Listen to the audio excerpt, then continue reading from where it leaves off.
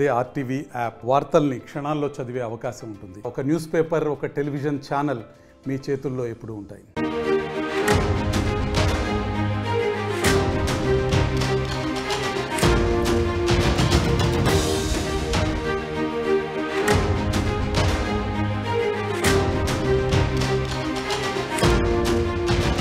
Breaking news చూస్తున్నారు. ముఖ్యమంత్రి రేవంత్ రెడ్డికి మాజీ మంత్రి కేటీఆర్ లేఖ రాశారు. దమ్ముంటే ఫార్ములా ఈ వ్యవహారంపై అసెంబ్లీలో చర్చించాలంటున్నారు మాజీ మంత్రి.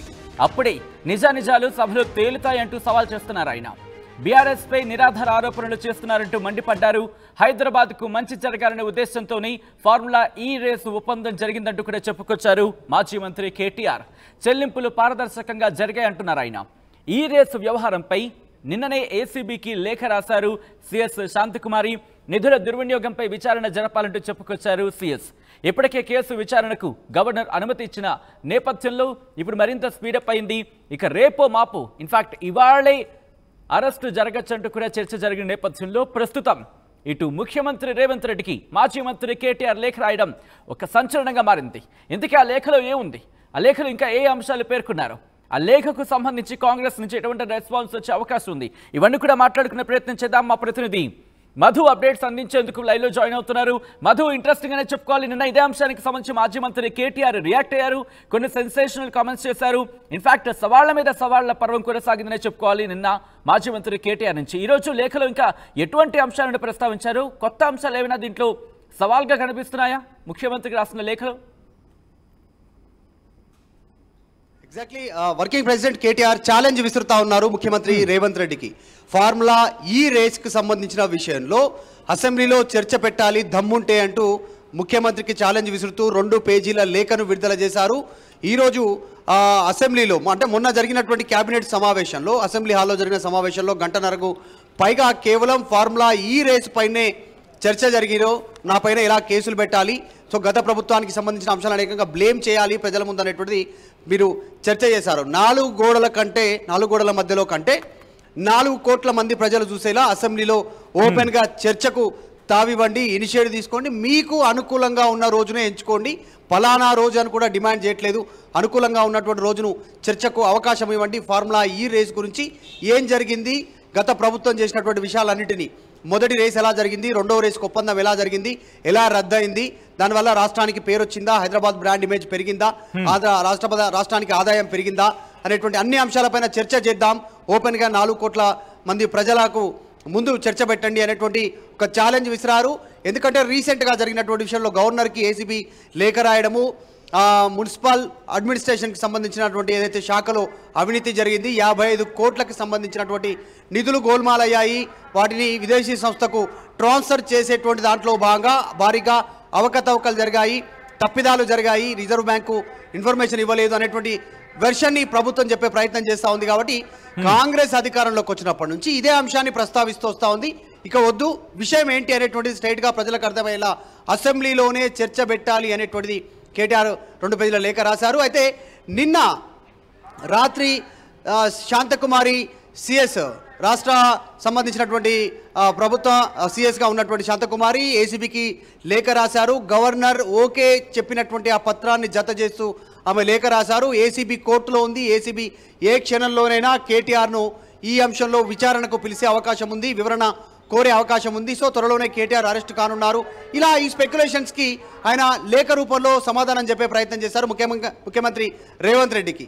సో ఆయనలా చెప్తూ గతంలో నీల్సన్ సర్వే అంటే ఫార్ములా ఈ రేస్కి సంబంధించినటువంటి దాంట్లో 700 కోట్ల ఆదాయం పెరిగింది తెలంగాణ రాష్ట్ర ప్రభుత్వానికి ఫార్ములా ఈ ఫస్ట్ రేస్ నిర్వహించిన తర్వాత 2023లో, తర్వాత సెకండ్ ఒప్పందం చేసుకున్నారు 2024లో కూడా నిర్వహించాల్సినటువంటి ఈ ఫార్ములా ఈ రేస్కి సంబంధించి. దానికోసమే పారదర్శకంగా ఎక్కడ అవినీతి లేకుండా ఈ ఒప్పందం జరిగింది, డబ్బులు కూడా ట్రాన్స్ఫర్ అయ్యాయి, దాంట్లో ఎక్కడ అవినీతి అవకతవకలు జరగలేదు అంటూ లేఖలో పేర్కొంటూనే మీరు కాంగ్రెస్ అధికారంలోకి వచ్చిన తర్వాత ఏకపక్షంగా దీన్ని క్యాన్సిల్ చేశారు, ఈ ఒప్పందాన్ని రద్దు చేసుకున్నారు, దానివల్ల బ్రాండ్ ఇమేజ్ దెబ్బతింది, నేను అన్నిటికీ సిద్ధంగా ఉన్నాను, ఎలాంటి అవినీతి జరగలేదు అనేటువంటిది గతంలోనే చెప్పాను, మళ్ళీ చెప్తా ఉన్నాను, సభలో చర్చ పెట్టండి. ఒక్కసారి లైన్లో ఉండండి. ఆ లేఖలో కొన్ని అంశాలను ప్రస్తావించారు ఆయన. ఆ లెటర్ ని ఒకసారి చదివి వినిపించే ప్రయత్నం చేద్దాం. మరి ముఖ్యంగా ఫార్ములా ఈ రేసు వ్యవహారానికి సంబంధించి ఆయన రాసిన లేఖ ప్రస్తుతం సంచలనంగా మారింది. ఆ లేఖలో కొన్ని అంశాలు ప్రస్తావించారు. ఫార్ములా ఈ రేసు వ్యవహారంలో ప్రభుత్వం కొన్ని నెలలుగా గత బీఆర్ఎస్ ప్రభుత్వం మీద ముఖ్యంగా నా మీద అనేక నిరాధార ఆరోపణలు చేస్తున్నది అంటే చెప్పుకొస్తున్నాయి. ఇదే విషయం మీద ఈ వారం మీ ఆధ్వర్యంలో జరిగిన కేబినెట్ సమావేశంలో గంటన్నర సేపు చర్చ కూడా జరిగినట్టు వార్తా కథనాలు వచ్చాయి. ఇదే అంశం మీద కేసులు నమోదు చేస్తామని గవర్నర్ ఆమోదం వచ్చిందని రకరకాల లీకులు ముఖ్యమంత్రి కార్యాలయం నుంచి మీడియాకు ఇస్తున్నారు. ఈ అంశం మీద 4 గోడల మధ్య చర్చ కన్నా రాష్ట్ర శాసనసభలో 4 కోట్ల మంది ప్రజల ముందు చర్చ జరిగితే నిజానిజాలు ఏమిటో అందరికీ తెలుస్తాయంటూ కూడా లేఖలో ఆయన కంటిన్యూ చేశారు. తెలంగాణ రాష్ట్రానికి హైదరాబాద్ నగరానికి మంచి జరగాలనే సదుద్దేశంతో గత ప్రభుత్వం ఫార్ములా ఈ రేసు నిర్వాహకులతో ఒక ఒప్పందం చేసుకున్నది. 2023లో విజయవంతంగా రేసు జరిగి అన్ని వర్గాల మన్ననలు అందుకుంది. ఈ రేసు వల్ల రాష్ట్ర ఆర్థిక వ్యవస్థకు సుమారు 700 కోట్ల రూపాయల లబ్ధి చేకూరింది అని నీల్సన్ సంస్థ నివేదిక స్పష్టం చేసింది. 2024లో మరో దఫా రేస్ జరగవలసి ఉండగా మీ ప్రభుత్వం వచ్చిన వెంటనే దాన్ని ఏకపక్షంగా రద్దు చేయడం జరిగింది. అప్పటి నుంచి రాజకీయ కక్ష సాధింపు చర్యల్లో భాగంగా ఈ రేస్ గురించి అనేక అవాస్తవాలను మీడియా ద్వారా ప్రచారం చేసి ఇందులో ఏదో జరిగింది అని అపోహలు సృష్టించే ప్రయత్నం మీ కాంగ్రెస్ ప్రభుత్వం చేస్తున్నది. నిజానికి ఫార్ములా ఈ రేసు ఒప్పందం అంతా పారదర్శకంగా జరిగింది. రేసు నిర్వాహకులకు చెల్లింపులు కూడా పారదర్శకంగానే జరిగాయి అని ఇదివరకే నేను వివరంగా చెప్పడం జరిగింది. అయినా మీ ప్రభుత్వం మాత్రం దుష్ప్రచారం మానడం లేదని చెప్పి కంటిన్యూ చేస్తూనే రాష్ట్ర ప్రజలకు నిజాలేమిటో తెలుసుకునే హక్కు ఉన్నది కనుక మీరు శాసనసభలో ఈ అంశంపై చర్చ పెట్టాలని నేను డిమాండ్ చేస్తున్నాను. అన్ని విషయాలు సవివరంగా రాష్ట్ర ప్రజలకు శాసనసభ వేదికగా చెబుతాం. శాసనసభ సెషన్ జరుగుతున్నది కనుక మీకు అనుకూలమైన రోజే ఈ చర్చను పెట్టండి. మరోసారి చెబుతున్నాను, ఫార్ములా ఈ రేస్ అంశంలో ఎలాంటి అవకతవకలు కానీ అవినీతి కానీ జరగలేదు. రాష్ట్రానికి హైదరాబాద్ నగరానికి మంచి చేసే ఈ రేస్ను కేవలం మీ రాజకీయ కక్ష సాధింపు చర్యలకు బలి చేశారు. దీనిపై శాసనసభలో సవివరమైన చర్చ జరిగితే నిజాలు ఏమిటో నిగ్గు తేలుతాయంటూ కూడా ఆయన లెటర్లో కంటిన్యూ చేశారు. ఇంట్రెస్టింగ్ అనే చెప్పుకోవాలి. మధు ఇప్పుడు ఈ అంశానికి సంబంధించి కాంగ్రెస్ నుంచి ఏమైనా రియాక్షన్ వచ్చే అవకాశం ఉందా? ఇన్ఫాక్ట్ నిన్న కూడా సవాళ్ల పర్వం కొనసాగింది. ఆ సవాల్కి కంటిన్యూటీగా ఈరోజు లేఖ కూడా ఆయన రాసిన సందర్భం. సో ఇక్కడ కాంగ్రెస్ నుంచి ఏమైనా రియాక్షన్స్ వస్తున్నాయా? ఖచ్చితంగా ఆల్రెడీ పొంగులేటి శ్రీనివాస్ రెడ్డి దీనిపైన రెస్పాండ్ అయ్యారు. మనం చూసాం ఆల్రెడీ కేబినెట్ సమావేశం తర్వాత చిట్ చాట్ లో భాగంగా ఆయన కొన్ని అంశాలు ప్రస్తావించే ప్రయత్నం చేశారు. ఈ రోజు రాత్రి లేదంటే రేపు రాత్రికి సంబంధించినటువంటి విషయంలోనే సిఎస్ నుంచి గవర్నర్ లేఖను ఏసీబీకి పంపుతూ దానిపైన చర్య తీసుకోవాల్సిందిగా ఫుల్ రైట్స్ ఏసీబీకి ఇవ్వాల్సిందిగా ఆయన ఇవ్వనున్నట్టుగా ప్రభుత్వం నిర్ణయం తీసుకుంది. కేబినెట్లో చర్చ జరిగింది అనేటువంటిది పొంగులేటి చెప్పారు. దానిలో అనుగుణంగానే నిన్న నిజంగానే సిఎస్ లేఖ రాసింది. గవర్నర్ ఇచ్చినటువంటి ఆమోదం చేసినటువంటి ఆ లేఖ ప్రతిని దానికి జత చేస్తూ వెంటనే దీనిపైన ఎంక్వైరీ చేయాల్సిందిగా సిఎస్ ఏసీబీకి ఫుల్ రైట్స్ ఇస్తూ ప్రభుత్వం నిర్ణయం తీసుకుంది. ఇప్పుడు ఏసీబీ అనేటువంటిది ముఖ్యమంత్రి చేతిలో ఉంది. ఎందుకంటే హోంశాఖ కూడా ఆయనే కాబట్టి ఆయన చేతిలోకి వెళ్ళినటువంటి సిచ్యువేషన్. ముఖ్యమంత్రి ఎలాంటి స్టెప్ తీసుకొని ఉన్నారు అనేటువంటిది చర్చ ఒకవైపు జరుగుతూ ఉంది. ఆల్రెడీ కాంగ్రెస్ దీన్ని ఇంకా పెద్ద ఎత్తున ప్రచారం చేసే దాంట్లో భాగంగా అంటే ముందుగా మెంటల్ ప్రిపరేషన్ చేసే ప్రయత్నం చేస్తూ ఉన్నారు. రాష్ట్ర ప్రజలకు కానీ బీఆర్ఎస్ క్యాడర్ కానీ జరుగుతున్నటువంటి పరిణామాలను బీఆర్ఎస్ అలాగే భావిస్తూ ఉంది. బీఆర్ఎస్ కూడా కాంగ్రెస్ చేస్తున్నటువంటి ప్రయత్నాలపైన కాంగ్రెస్ చేస్తున్న ప్రయత్నాలు కూడా బీఆర్ఎస్ చేసినటువంటి తప్పిదాన్ని ఒప్పుకోక ఇంకా ఎదురుదాడి చేస్తూ ఉంది. జైలుకి వెళ్తామంటున్నారు, యోగా చేసుకుంటామంటున్నారు, బయటకు వచ్చి పాదయాత్ర చేస్తామంటున్నారు, పొలదండాలు పెట్టుకున్నా మాకు పర్వాలేదు అనేటువంటి స్టేట్మెంట్ రాష్ట్ర మంత్రులు చేస్తూ ఉన్నారు. ఇదంతా పక్కన పెడితే డైరెక్ట్ ఇప్పుడు నెక్స్ట్ ముఖ్యమంత్రి స్టెప్ ఎలా ఉండనుంది అనేటువంటిది ఏసీబీ రాష్ట్ర పరిధిలో ఉంటుంది కాబట్టి దానికి బాస్ ముఖ్యమంత్రి. ఏసీబీ అంటే హోంశాఖ ముఖ్యమంత్రి చేతుల్లోనే ఉంది కాబట్టి ఆయన ఎలాంటి స్టెప్ తీసుకుంటారు, విచారణకు కేటీఆర్ను ఎప్పుడు పిలిచే అవకాశం ఉంది అనేటువంటిది చర్చ జరుగుతుంది. ఈరోజు కూడా అసెంబ్లీకి ఆటోలో హాజరయ్యారు కేటీఆర్. ఆటో కార్మికులకు సంబంధించిన సమస్య ద్వారా కొద్దిసేపు సభలో ఉన్నారు. ఈరోజు Kalvakuntla Taraka Rama Rao working president KTR marriage anniversary ఈరోజు. సో ఆయన ఇంటికి వెళ్ళారు, ఇంట్లో టైం స్పెండ్ చేస్తూ ఉన్నారు.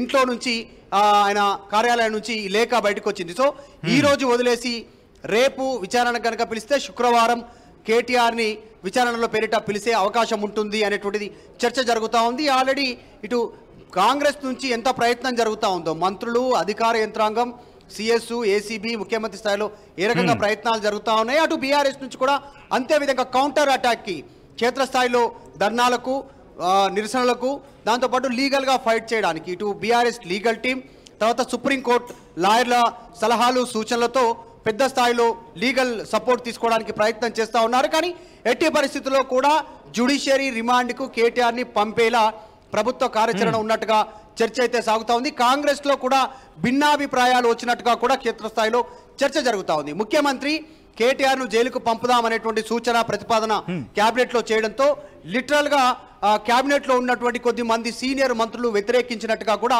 చర్చ జరుగుతూ ఉంది. ఇప్పుడు ఇటు ఎమ్మెల్యేలు కూడా బీఆర్ఎస్ ఎమ్మెల్యేలు కూడా స్పీకర్ ని కలిసారు. ఇదే అంశం మీద చర్చించాలంటూ కూడా స్పీకర్ కు వినతి సమర్పించినట్టుగా తెలుస్తోంది. సో ఎటువంటి డెవలప్మెంట్స్ ఉన్నాయి? ఏమైనా ఒప్పుకోవడం జరిగిందా, ఏమైనా అప్రూవల్ ఇవ్వడం జరిగిందా, లేకపోతే ఏమైనా మాట ఇవ్వడం జరిగిందా స్పీకర్? ఆల్రెడీ విచారణకు గవర్నర్ ఆమోద ముద్ర వేశారు. అదే లేఖను నిన్న గవర్నర్ ఇచ్చిన లేఖను సిఎస్ శాంతకుమారి ఆల్రెడీ ఏసీబీకి పంపింది. ఏసీబీ అదే పనిలో ఉంది. దానికి సంబంధించినటువంటి డీటెయిల్స్ తీసే పని చేస్తూ ఉన్నారు. A1గా కేటీఆర్, A2గా ఐఏఎస్ ఆఫీసర్ అరవింద్ కుమార్ ఇద్దరి పేర్లు చేర్చారు. వాటితో పాటు ఇంకా కొద్దిమంది అధికారులు మున్సిపల్ డిపార్ట్మెంట్లో ఉన్నటువంటి వాళ్ళు, ఈ కేటీఆర్ మౌఖిక ఆదేశాలు వ్రాతకపూర్వకమైనటువంటి ఆదేశాలను పాటించినటువంటి వాళ్ళు, రూల్స్ అతిక్రమించినటువంటి అధికారులు కూడా ఈ కేసును ఫేస్ చేసేటువంటి సిచ్యువేషన్ ఉంది. సో A1గా కేటీఆర్, A2గా అరవింద్ కుమార్ వీళ్ళు ఫేస్ చేయడానికి సిద్ధంగా ఉన్నారు. ప్రభుత్వం చాలా సీరియస్గా ముందుకు వెళ్ళాలనే ఆలోచన చేస్తూ ఉంది. ఇదే కేసులో 55 కోట్ల నిధుల ట్రాన్స్ఫర్కి సంబంధించినటువంటి ఫార్ములా E1 కేసు విషయంలో కేటీఆర్ను జైలుకు పంపాలి అనేటువంటి ఒక కృత నిశ్చయంతో ప్రభుత్వం ఉన్నట్టుగా చాలా స్పష్టంగా కనపడతా ఉంది అనేటువంటిది బీఆర్ఎస్ ఆల్రెడీ చెప్తా ఉంది. సో దాని ప్రకారం ప్రభుత్వ మూవ్ ఇలా ఉంటే దానికి ఆపోజిట్ మూవ్గా, దాన్ని అడ్డుకునేటువంటిదిగా బీఆర్ఎస్ మూవ్ కూడా వేరేలా ఉంది. లీగల్గా ఫైట్ చేస్తున్న క్షేత్రస్థాయిలో ప్రజలకు వివరించాలి, ఇది కావాలని తప్పుడు కేసులో పెడతా ఉన్నారు అనేటువంటిది వివరించే ప్రయత్నం చేస్తా ఉన్నారు. మొత్తానికి ఇటు అధికార ఇటు ప్రతిపక్ష పార్టీలు ఈ అంశాన్ని పెద్ద ఎత్తున ప్రజల్లోకి తీసుకెళ్లాలనేటువంటి ప్రయత్నం చేస్తాం. సో త్వరలోనే దీనికి సంబంధించినటువంటి అంశం ఒక కొలిక్కొచ్చే అవకాశం ఉంది. కేటీఆర్ ఆయన విచారణను ఎదుర్కొనున్నారు. ఎలాంటి ఆన్సర్ చెప్తారో ఏంటంటే చూడాలి. మొత్తానికైతే కేటీఆర్ 2 పేజీల లేఖతో ప్రభుత్వానికి సవాలు విసురుతా ఉన్నారు. గతంలో అరెస్టు చేస్తే దమ్ముంటే అరెస్టు చేసుకోండి అనేటువంటి స్టేట్మెంట్ చేశారు. ఇప్పుడేమో అసెంబ్లీలో చర్చ పెట్టండి అంటూ మరొక సవాల్ విసిరారు 2 పేజీల లేఖతో. రైట్ మరి ఒక్కసారి మీరు లైన్లోనే ఉండండి. ఇదే అంశానికి సంబంధించి మాజీ మంత్రి కేటీఆర్ ఆయన మాట్లాడారు. నేను ఇదే అంశానికి సంబంధించి సవాళ్లను ఇన్ఫాక్ట్ ముఖ్యమంత్రి రేవంత్ రెడ్డికి సవాల్ చేస్తున్నారు. ఆయన ఏమన్నారో చూద్దాం.